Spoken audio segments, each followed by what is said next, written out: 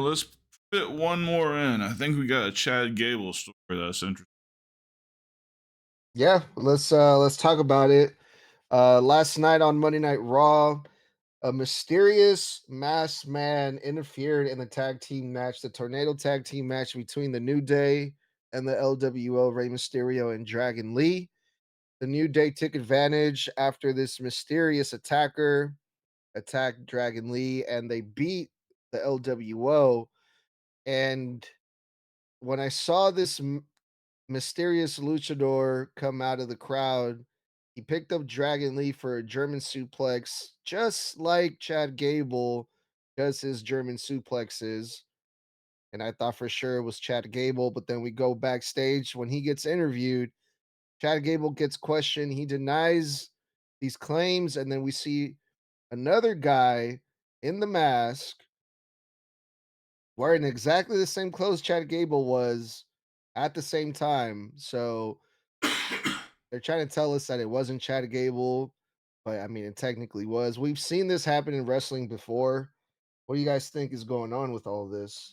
Well, actually, Draven and I were talking about that earlier, and he had a very interesting point, and it resonates with me because I remember this character. But go ahead, Draven, cook on this. All right, so first off, how dare you assume that's fucking Chad Gable? Okay. The German suplex. Let me make something very clear. You will address him by his government name that his father, Mr. America, gave him. You know, the man that looked almost like Hulk Hogan, but was not Hulk Hogan because it was fucking Mr. America? Yes. Fucking 2004. Yeah. Look that shit up, jabronis. This was Ultimo MAGA. Okay? Ultimo MAGA. He is a newly signed WWE prospect on the NIL deal. He's trying to make a name for himself, and he got a little fucking cocky, okay? I could throw a fucking German suplex just like fucking Chad Gable. I could throw one like Kurt Angle. I can throw one like fucking Chris Benoit. It is what it is. It's a fucking German suplex. It's just how you pop your fucking hips. Number 2. Yes, but you can't say, thank you. Thank you. Yes, the fuck I can. Not like he does. You don't know that. I'm too high to do it right now.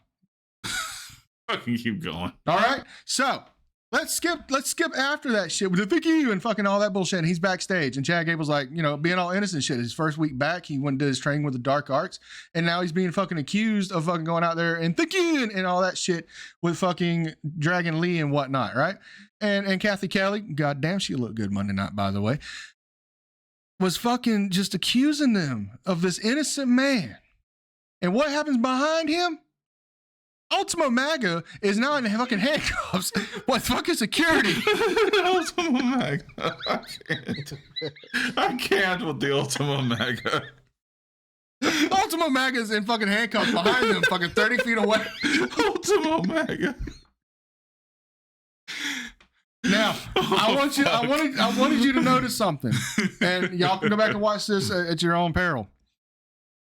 He's a little bit taller than the rest of them, right? But I want you to go and watch when Ultimo MAGA went out there, his gestures, how he moved around before he hit the fucking German suplex that literally anybody else in the world can fucking do. He was moving a lot like a certain anti-luchador that was recently released from the competition. And when they did the backstage thing, he was about the right height and the right fucking build. And who are we talking about, ladies and gentlemen? Ultimo MAGA. Ultimo MAGA, but no. That's some good shit tonight. Rey Fenix. Rey Fenix. What if, and you have to do some deep cuts with the Lucha Underground shit.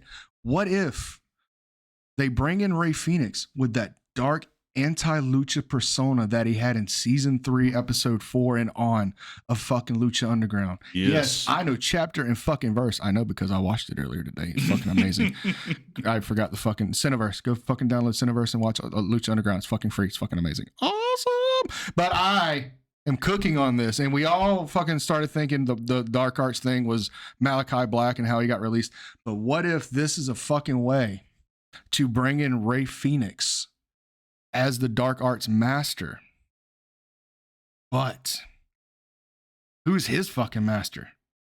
What if this is a way to fucking bring in Malachi with bringing back the Dark Father fucking gimmick that they were gonna do in fucking COVID times, but fucking cut off and fucking fired his ass. And now Malachi's the Dark Father, and he's building his own fucking army up of anti-lucha guys. And that's going to put Penta and Ray at fucking ends with each other, because all this started because Chad Gable can't fucking stand Pentagon. Right? It's true. What if this now converts to somehow Penta now has to make the enemy of my enemy my friend? He now has to get Chad Gable on his fucking side. Even though Ray Phoenix and Malachi, or Alistair, whatever they're going to fucking call him, I don't care either way. Fucking Tommy Inn's fucking amazing. And that turns into a fucking tag team match. Some sort of cinematic thing like they did during COVID.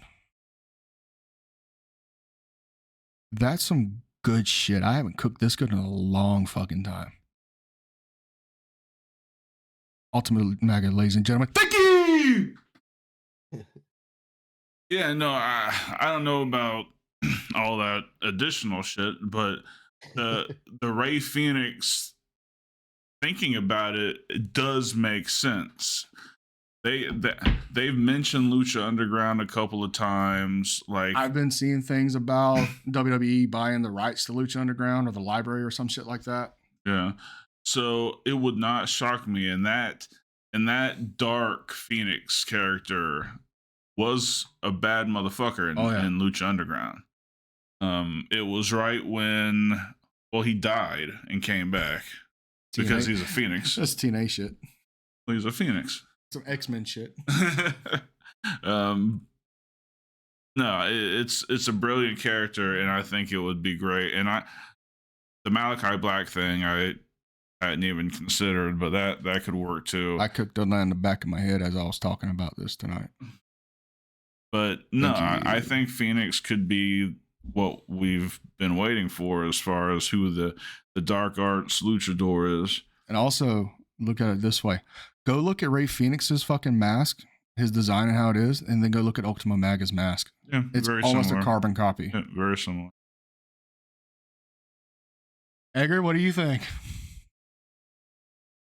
I don't know, but it's definitely interesting. It's definitely interesting. Every time we see something like this happen, a mysterious mass luchador, it's exciting. I mean, going back to even like the Mr. America thing and the Blue Dragon thing too, with like Owen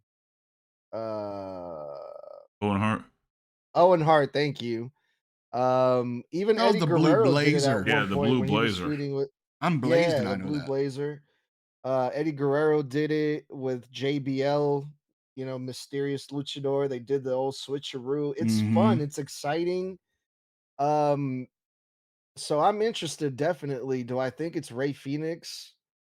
I mean, I don't think so, but I'm gonna let this one play out because I can't I can't make sense of this just yet. So But I know for sure that guy that came out in the ring during the match was definitely Chad Gable. Oh yeah, absolutely.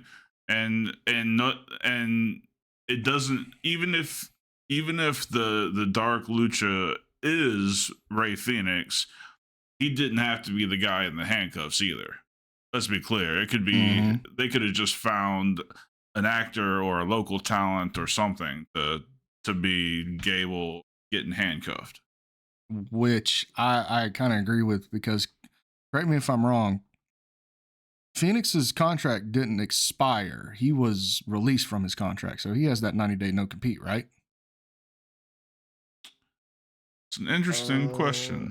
So if that's the case, that sounds right. Yeah, it's a parody of fucking Ray Phoenix. And the best thing about a parody is something you can't get sued for.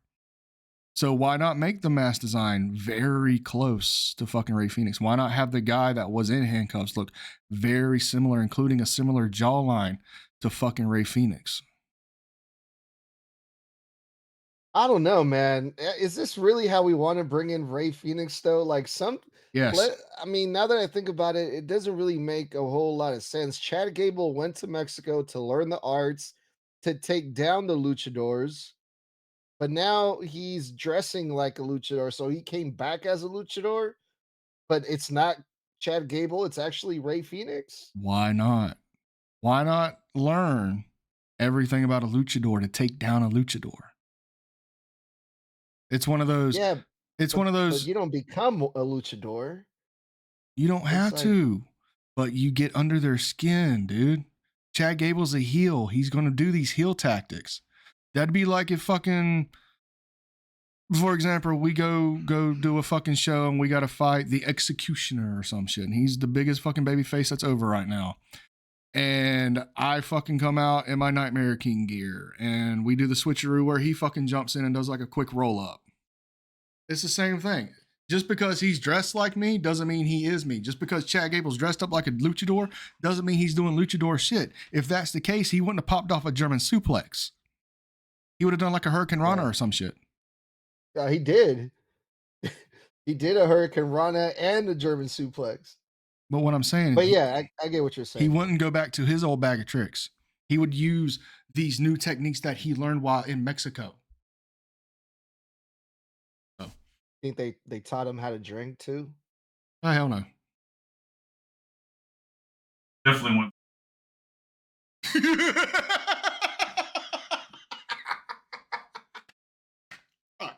All right. I'm done. I'm fucking done. What's your take on this? I'm fucking done. What's your take on this, Edgar? On the whole Chad Gable thing? Yeah. I'm intrigued. I mean, that's all I can say about it, because I can't wrap my head around this. How are they gonna explain that the guy that we saw in the match was clearly Chad Gable, but then we saw another guy backstage? So I'm just gonna wait and see what happens here. I have no idea what the fuck is going on. So, but Yeah. I mean, I'm pumped about it. Yeah, no, I'm interested to see this. I mean, it's really the only mid card feud that I'm kind of storyline that I'm kind of interested in. Agreed. That's one thing about. I mean, you can say what you want to about AEW having a bunch of titles and whatnot, but at least they feature a lot of mid card guys. Like, there's no storylines for the mid card WWE roster, really. It's only. Yeah. And I'll give AEW that one. They do have between 6 to 8 matches like a wrestling show should. Still. All right. Well, I think that wraps us up a little bit, fellas.